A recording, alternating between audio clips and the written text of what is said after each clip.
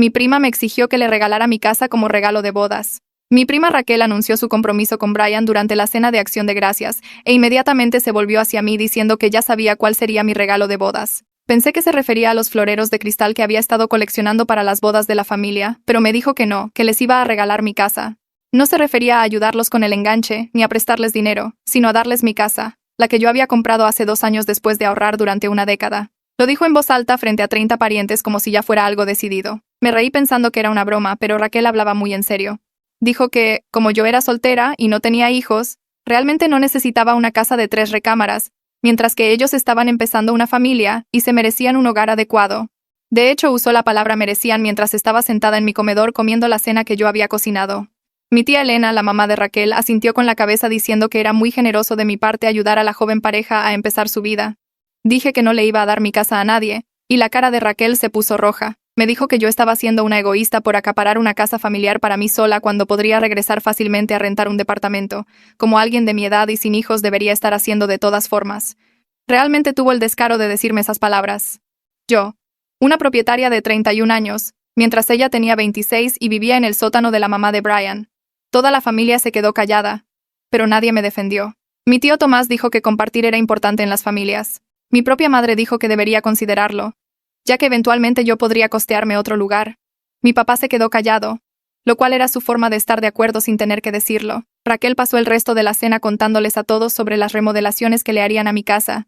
Hablaba de cómo convertirían mi oficina en el cuarto del bebé, cómo volverían a pintar todo porque mis elecciones de colores eran demasiado oscuras. Estaba planeando mi casa como si ya fuera la dueña. Después de la cena, Raquel me llevó aparte y me dijo que ya le había dicho a la familia de Brian que yo les iba a dar una casa como regalo de bodas.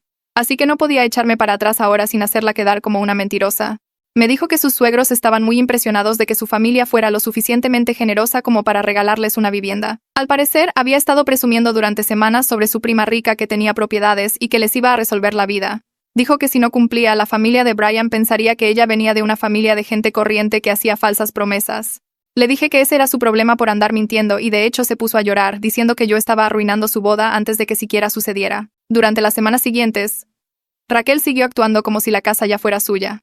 Llevaba a Brian a mi casa sin avisar para medir las habitaciones y planear dónde pondrían los muebles. Le decía a la gente que estábamos haciendo el traspaso de las escrituras y que solo estábamos arreglando el papeleo. Hizo que le llegara correo a mi dirección alegando que estaba actualizando su información por adelantado. Incluso le dijo a los vecinos que se mudaría después de la boda y les preguntó sobre las reglas de la Asociación de Colonos. La familia de Brian también empezó a contactarme sobre la casa. Su madre me llamó agradeciéndome por mi generosidad y preguntando sobre el impuesto predial. Su padre me envió un correo electrónico sobre el cambio de nombre en los servicios y preguntando si el techo había sido impermeabilizado recientemente. Todos hablaban de mi propiedad como si fuera un trato hecho. Raquel había convencido a todos de que yo había aceptado este plan de locos. El punto de quiebre fue cuando Raquel me mandó a una agente de bienes raíces que quería que usara para manejar el traspaso.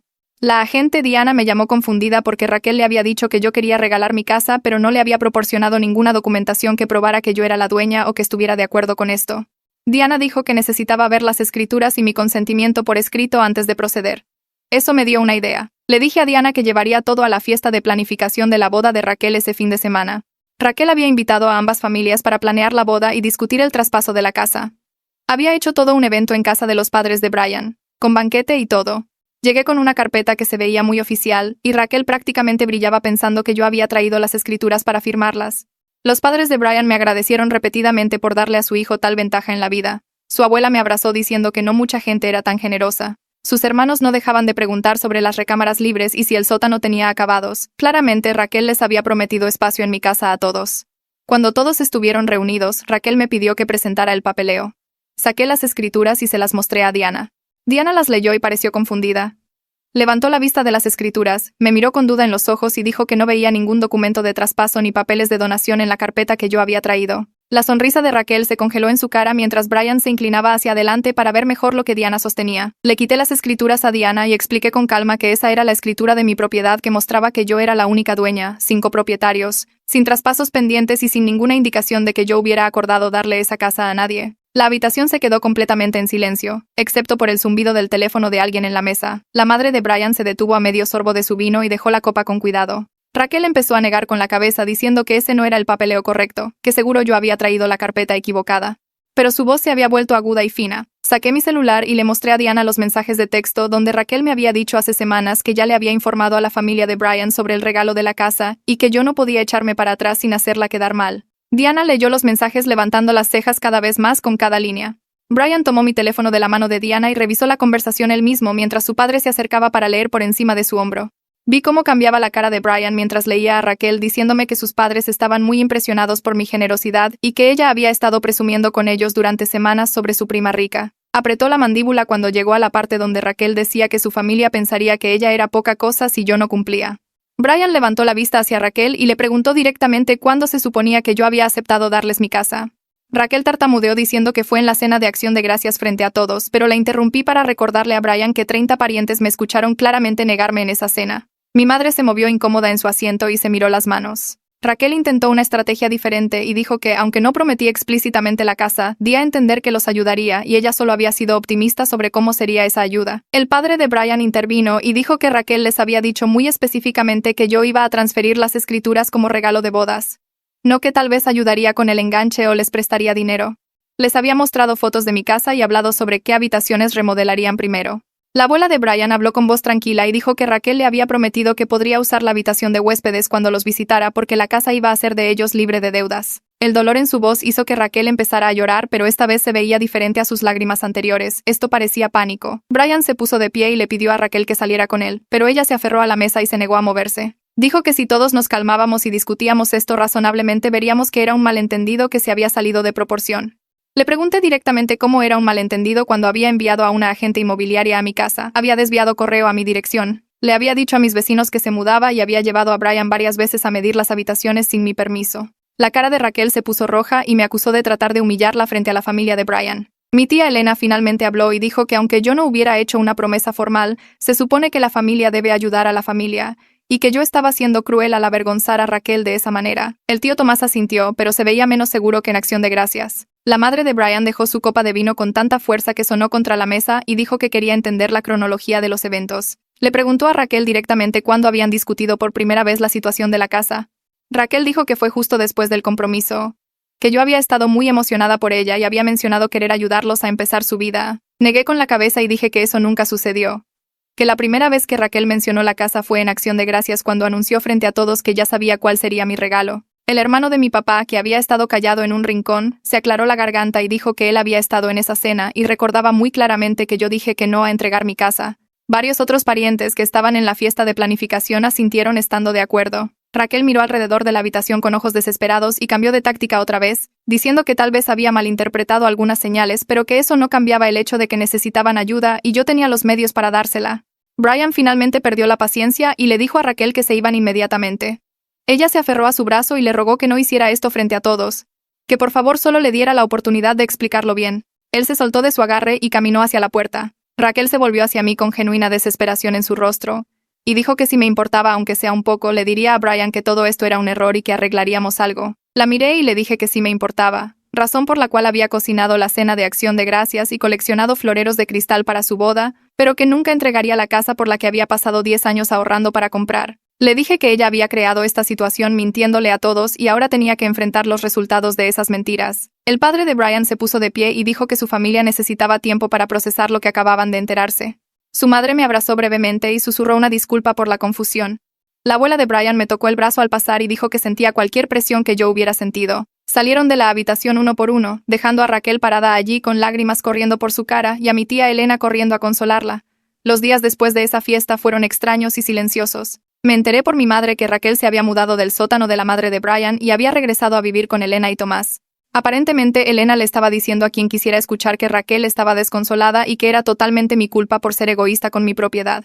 Mi madre dijo que a Elena se le olvidaba convenientemente que Raquel le había mentido a 2 familias enteras e intentado robar una casa. No supe nada de Raquel directamente, pero recibí varios mensajes enojados de Elena, diciendo que había arruinado la vida de su hija y destruido su oportunidad de ser feliz. Bloqueé su número después del 5.º mensaje. 3 semanas después de que todo se desmoronara en la fiesta, mi madre me llamó para decirme que Brian había terminado oficialmente el compromiso. Dijo que Raquel estaba devastada y quedándose en su antigua recámara de la infancia, apenas comiendo o saliendo de la casa. Me sentí genuinamente triste por Raquel pasando por ese tipo de desamor, porque las rupturas son dolorosas sin importar que las haya causado. Pero también sabía que la relación se había construido sobre mentiras que ella contó y que se habría desmoronado eventualmente incluso sin que la situación de la casa forzara todo a salir a la luz. Una relación que empieza con una persona engañando a toda la familia de la otra persona no va a durar. Mi teléfono empezó a sonar más a menudo durante la siguiente semana con familiares llamando para hablar sobre lo que había pasado.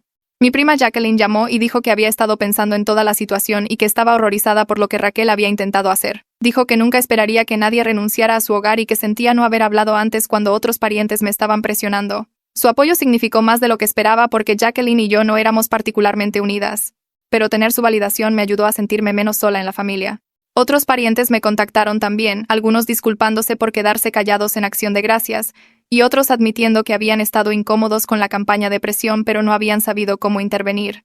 Empecé a sentir que tal vez yo no era la villana de la familia después de todo. Pasé un sábado por la tarde cambiando todas mis cerraduras porque no confiaba en que Raquel no intentara algo vengativo ahora que todo se había colapsado. Me sentí paranoica mientras lo hacía, desatornillando los viejos cerrojos e instalando nuevos, pero también se sentía necesario. Raquel ya había demostrado que no tenía respeto por los límites al hacer que enviaran correo a mi dirección y decirles a los vecinos que se mudaba. No podía arriesgarme a que ella apareciera con una llave de alguna manera o intentara establecer residencia en mi propiedad. También llamé a una compañía de seguridad e hice que instalaran cámaras en mi puerta principal, puerta trasera y cochera. El instalador preguntó si había tenido robos en el vecindario y solo le dije que quería sentirme más segura. Ver las transmisiones de la cámara en mi teléfono esa noche, viendo mi propio porche desde múltiples ángulos, me hizo sentir más tranquila, aunque era triste que necesitara medidas de seguridad contra mi propia prima. Mi madre me envió un mensaje al día siguiente preguntando si quería que nos viéramos para comer. Casi le digo que no porque todavía estaba herida de que no me hubiera defendido en acción de gracias. Pero algo en su mensaje me hizo pensar que ella quería hablar realmente sobre lo que pasó. Nos vimos en un restaurante a medio camino entre nuestras casas y ella se veía nerviosa cuando me senté. Pidió café e inmediatamente empezó a disculparse antes de que el mesero siquiera se alejara. Dijo que sentía genuinamente no haberme defendido inmediatamente en acción de gracias cuando Raquel hizo su anuncio. Explicó que había estado tan impactada por la audacia de Raquel que había entrado por defecto en modo de mantener la paz, tratando de suavizar las cosas en lugar de defender lo que era correcto. Dijo que ahora se daba cuenta de que algunas situaciones no requieren paz, requieren límites claros. Y ella debió haberle dicho a Raquel en ese momento que exigir la casa de alguien era completamente inaceptable. Escuchar a mi madre admitir eso significó todo para mí. Dijo que había pasado semanas pensando en su propia evasión del conflicto y cómo eso había permitido que el comportamiento de Raquel escalara porque nadie le puso un alto desde el principio. Si ella hubiera hablado firmemente en acción de gracias, tal vez Raquel no se habría sentido empoderada para seguir mintiendo y planeando como si la casa ya fuera suya. Acepté la disculpa de mi madre y le dije que apreciaba que reconociera lo que había salido mal, pero también le dejé claro que, en el futuro, necesitaba que me apoyara activamente en situaciones familiares en lugar de quedarse neutral o tratar de mantener la paz a mis costillas. Ella estuvo de acuerdo inmediatamente y dijo que entendía que su silencio se había sentido como un abandono. Prometió ser más directa en el futuro para señalar comportamientos inapropiados incluso cuando eso hiciera incómodas las reuniones familiares. Platicamos durante 2 horas durante la comida y sentí que nuestra relación comenzaba a sanar. No estaba completamente arreglada porque la confianza toma tiempo en reconstruirse, pero era un comienzo genuino. Ella pagó la cuenta y me abrazó en el estacionamiento, aferrándose más tiempo de lo habitual. Un mes después de la fiesta, tuve que asistir a un funeral familiar de un pariente lejano que apenas recordaba. Temía ir porque sabía que Raquel estaría allí y no tenía idea de cómo reaccionaría al verme. Cuando entré a la funeraria, vi a Raquel inmediatamente sentada en la primera fila junto a Elena. Estaba vestida de negro y mirando hacia el frente, sin voltear a ver a nadie. Cuando pasé para firmar el libro de visitas, ni siquiera miró en mi dirección. Elena mantuvo a Raquel cerca de su lado durante todo el servicio y me lanzaba miradas hostiles cada vez que me movía. El tío Tomás estaba allí también, parado un poco apartado de su esposa e hija, y cuando nuestras miradas se encontraron, de hecho asintió hacia mí. No fue amistoso, pero tampoco fue hostil. Pudo haber sido un reconocimiento a regañadientes de que las cosas se habían salido de control. Después del servicio, durante la recepción, el hermano de mi papá me llevó aparte cerca de la mesa de café.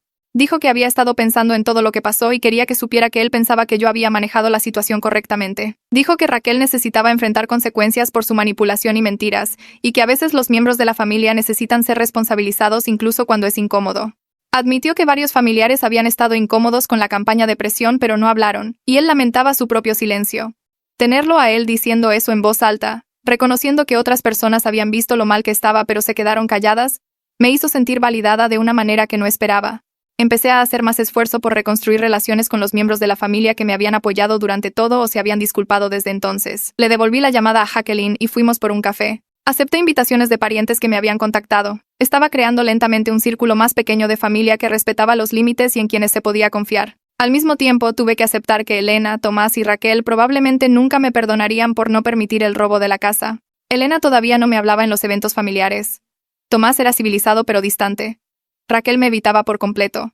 Dolía porque habíamos sido unidas cuando éramos más jóvenes, pero reconocí que era un límite necesario para mi propio bienestar. No podía tener gente en mi vida que pensara que era aceptable tratar de quitarme mi hogar a través de mentiras y manipulación. Mi madre mencionó durante una de nuestras llamadas telefónicas que Elena estaba batallando económicamente, y que eso era en parte por lo que había estado tan interesada en que Raquel consiguiera una casa. Lo dijo como si eso debiera hacerme entender o excusar lo que había pasado. Sentí un destello de simpatía porque el estrés financiero es genuinamente duro, y no quería que Elena estuviera sufriendo. Pero luego me recordé a mí misma que sus problemas financieros no me obligaban a sacrificar una década de mis ahorros y mi hogar. Mucha gente batalla con el dinero sin tratar de robarle casas a sus parientes. La situación financiera de Elena podría explicar su desesperación, pero no excusaba su apoyo a las mentiras y manipulación de Raquel. Le dije a mi madre que me sentía mal por las luchas de Elena, pero eso no cambiaba nada sobre lo que Raquel había intentado hacer o lo que yo tuve que hacer para detenerlo. Pasaron 2 meses y me encontré parada en la sección de frutas y verduras del supermercado, sosteniendo una bolsa de manzanas y tratando de recordar si necesitaba algo más. Me volví hacia el pasillo del pan y casi chocó directamente con Brian. Ambos nos detuvimos en seco, y hubo ese segundo incómodo donde ninguno de los dos sabía qué decir. Se veía diferente. Más delgado, tal vez. O simplemente cansado de una manera que lo hacía parecer mayor. Él dijo hola primero, y yo dije hola de vuelta. Y luego simplemente nos quedamos allí con nuestros carritos de compra entre nosotros como una especie de barrera. Preguntó cómo estaba y dije que bien, manteniendo mi voz neutral porque no estaba segura de a dónde iba esta conversación. Asintió y dijo que quería agradecerme de nuevo por ser honesta sobre todo, que había sido difícil pero que estaba mejor ahora. Me dijo que se estaba enfocando en su propia vida y siendo más cuidadoso sobre en quién confiaba, y la manera en que lo dijo dejó claro que se refería a Raquel específicamente. Le dije que me alegraba que estuviera bien, y lo decía en serio. Porque verlo herido en esa fiesta había sido horrible, aunque nada de eso fuera mi culpa. Platicamos por quizá 3 minutos más sobre nada importante, el clima y el tráfico, y cómo el supermercado había reorganizado todo otra vez, y luego dijo que debía irse. Nos despedimos y fuimos en direcciones separadas, y sentí esta extraña mezcla de alivio y tristeza de que hubiéramos logrado una conversación normal. Una semana después, mi madre llamó mientras yo estaba haciendo la cena y me dijo que Raquel había conseguido un trabajo en otro estado. Lo dijo como si fueran buenas noticias, como si Raquel estuviera progresando en el mundo, pero podía escuchar la preocupación en el fondo. Mi madre explicó que Raquel quería un nuevo comienzo lejos del drama familiar y los recordatorios de su compromiso roto. Entendí ese impulso porque empezar de nuevo en un lugar nuevo puede sentirse como presionar un botón de reinicio en tu vida. Pero también pensé que Raquel estaba huyendo de tener que enfrentar lo que había hecho, de los familiares que ahora sabían que había mentido, de los vecinos que la habían visto planeando mudarse a una casa que no era suya. Mi madre preguntó si yo creía que Raquel estaría bien allá sola, y dije que no sabía. Quería decir que Raquel había tomado sus decisiones y ahora tenía que vivir con ellas, pero mi madre ya sonaba bastante triste. Después de colgar me quedé parada en mi cocina moviendo la pasta y pensando en cómo Raquel había intentado quitarme todo y ahora estaba dejando todo atrás en su lugar. Las siguientes reuniones familiares se sintieron diferentes con Raquel ausente. Había menos tensión en la habitación, menos preocupación de que alguien dijera algo incorrecto y empezara otra pelea, pero Elena todavía no me miraba cuando estábamos en el mismo espacio. En la fiesta de graduación de mi prima, Elena se quedó en el lado opuesto del jardín todo el tiempo, hablando con otros parientes pero ignorándome deliberadamente cada vez que me acercaba. Mi madre mencionó más tarde que Elena me culpaba de que Raquel se hubiera mudado tan lejos y estuviera aislada de la familia. Eso me frustró porque Raquel se había aislado a través de sus propias decisiones, mintiendo y manipulando y negándose a tomar responsabilidad. Elena actuaba como si yo hubiera corrido personalmente a Raquel del estado cuando en realidad Raquel se había ido ella misma para evitar enfrentar lo que había hecho. Mi madre trató de hacer de mediadora, sugiriendo que tal vez el tiempo ayudaría a Elena a ver las cosas de manera diferente. Pero yo no guardaba muchas esperanzas. 3 semanas después fui a una fiesta de cumpleaños familiar para uno de mis primos más chicos.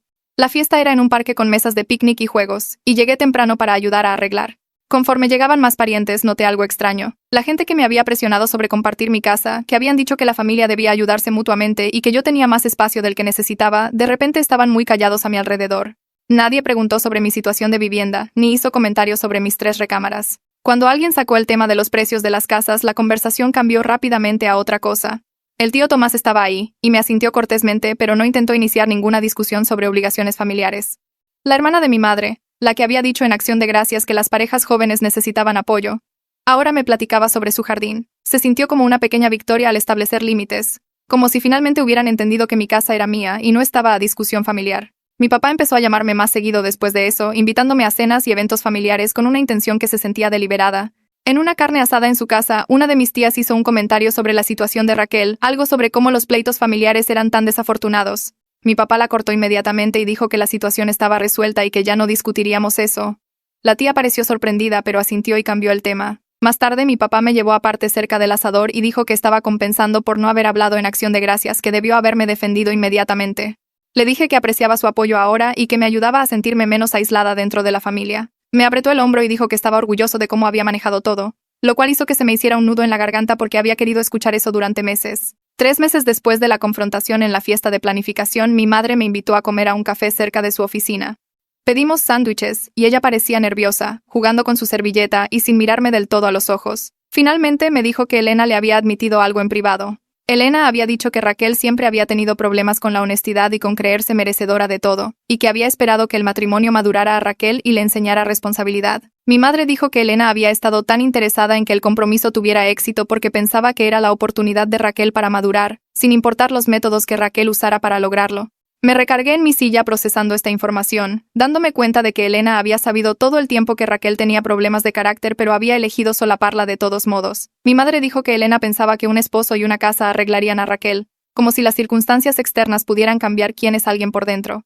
Escuchar que incluso Elena reconocía los problemas de carácter de Raquel me hizo sentir validada de una manera que no esperaba. Alguien que había estado completamente del lado de Raquel había admitido, al menos en privado, que Raquel tenía problemas serios. Pero también me frustraba que Elena todavía me culpara a mí, en lugar de responsabilizar a Raquel por su propio comportamiento. Le dije esto a mi madre mientras comíamos y ella asintió lentamente, admitiendo que algunas personas siempre solaparán el mal comportamiento de sus hijos en lugar de enfrentar la incomodidad de poner límites. Dijo que Elena amaba tanto a Raquel que no podía ver cómo sus constantes excusas y protección en realidad habían empeorado a Raquel. Yo entendía el amor por un hijo, pero tenía que haber un punto donde dejaras de cubrirlos y los hicieras enfrentar las consecuencias. Elena nunca había llegado a ese punto con Raquel, y probablemente nunca lo haría. El estrés de todo lo que había pasado, la traición familiar y la violación de mis límites, empezó a alcanzarme de maneras que no podía ignorar. No estaba durmiendo bien y me sentía ansiosa en mi propia casa, constantemente preocupada de que Raquel apareciera, o que algún otro familiar intentara presionarme. Finalmente llamé a una terapeuta y empecé a ir a sesiones semanales. La terapeuta, una mujer mayor con cabello gris y voz calmada, me ayudó a entender que mi culpa sobre el compromiso roto de Raquel estaba fuera de lugar. Me explicó que yo no era responsable de las consecuencias de las mentiras de Raquel, que Raquel había creado toda la situación y yo simplemente me había negado a ser víctima de ella. Hablamos sobre cómo yo había estado cargando este peso de la desaprobación familiar y preguntándome si había hecho lo correcto, cuando en realidad solo me había protegido de un robo. La terapeuta dijo que eso no solo estaba bien, sino que era necesario, que nadie debería sacrificar su hogar y seguridad financiera para mantener la paz familiar.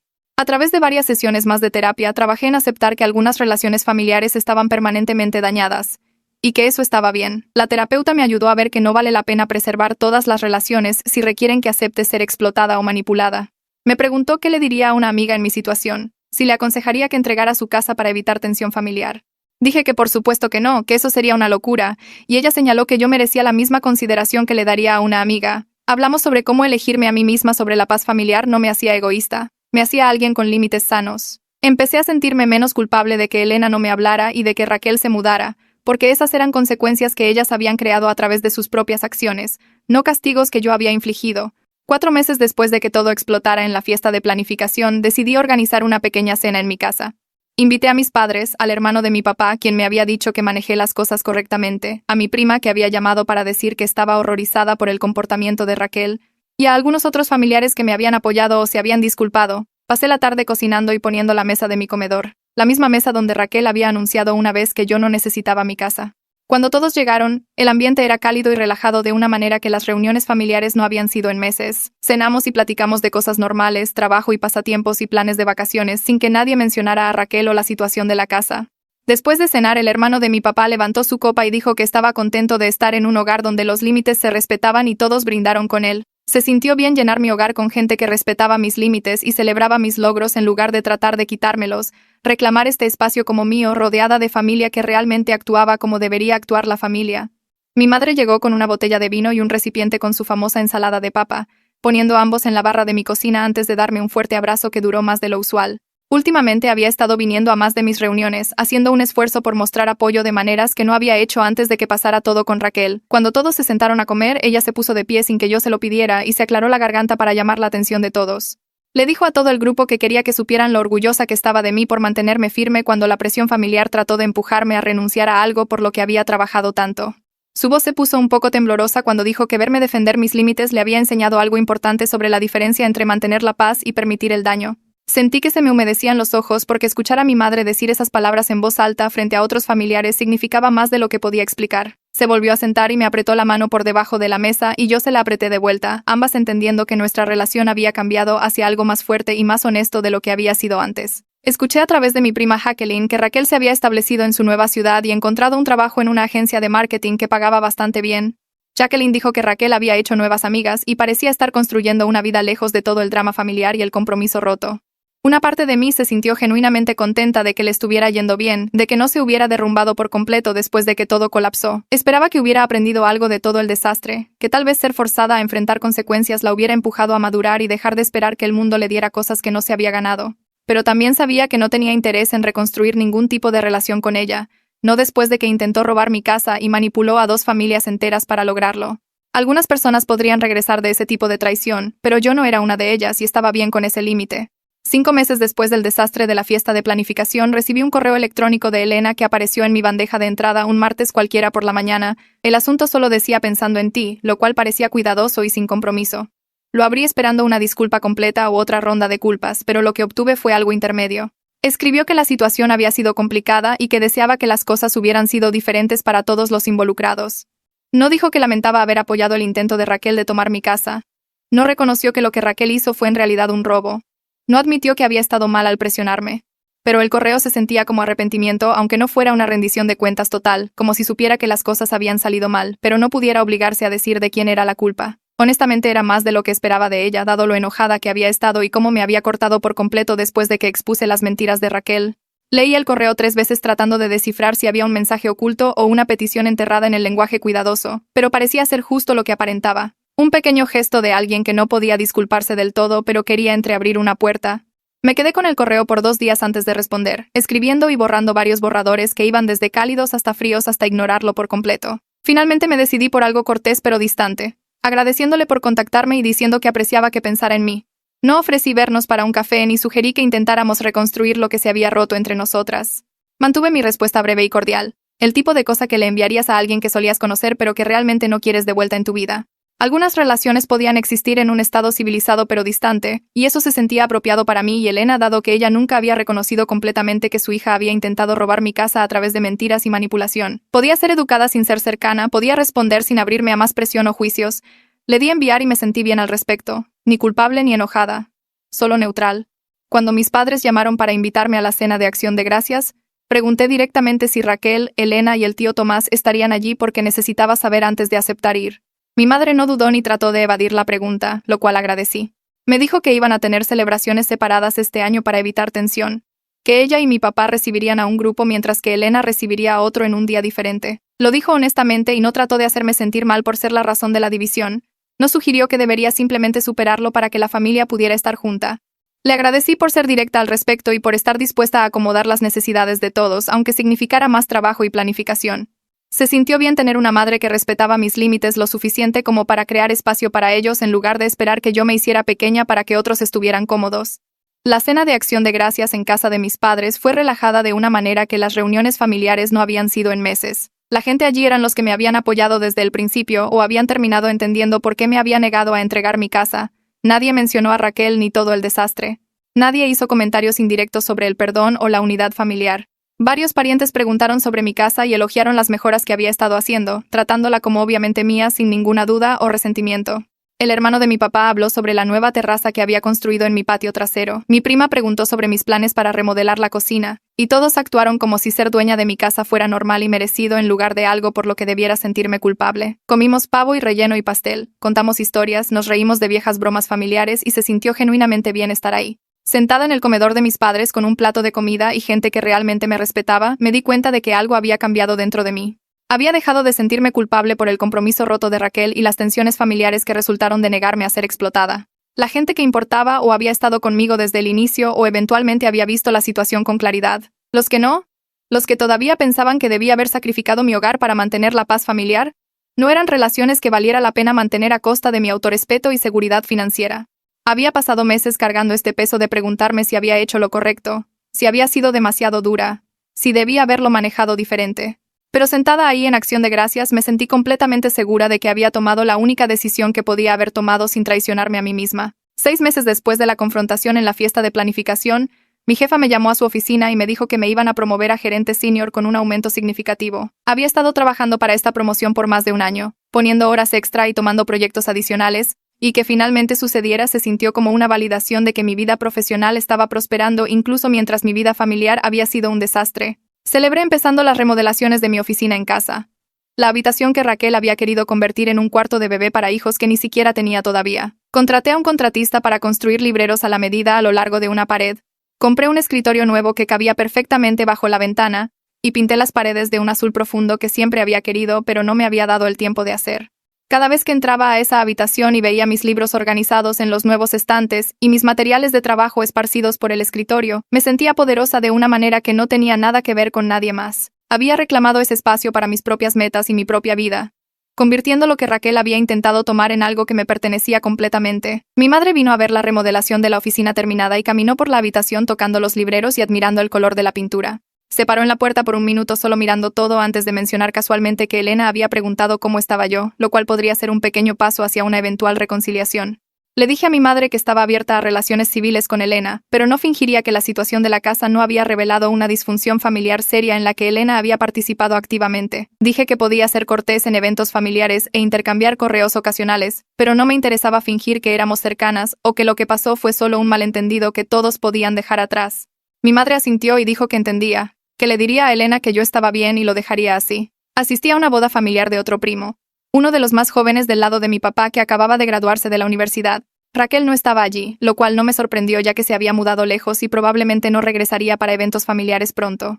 Pero Elena estaba allí, sentada con el tío Tomás en una mesa cerca del fondo del salón de recepción. Hicimos contacto visual cuando entré y caminé hacia su mesa para saludar porque ignorarlos hubiera sido incómodo y obvio.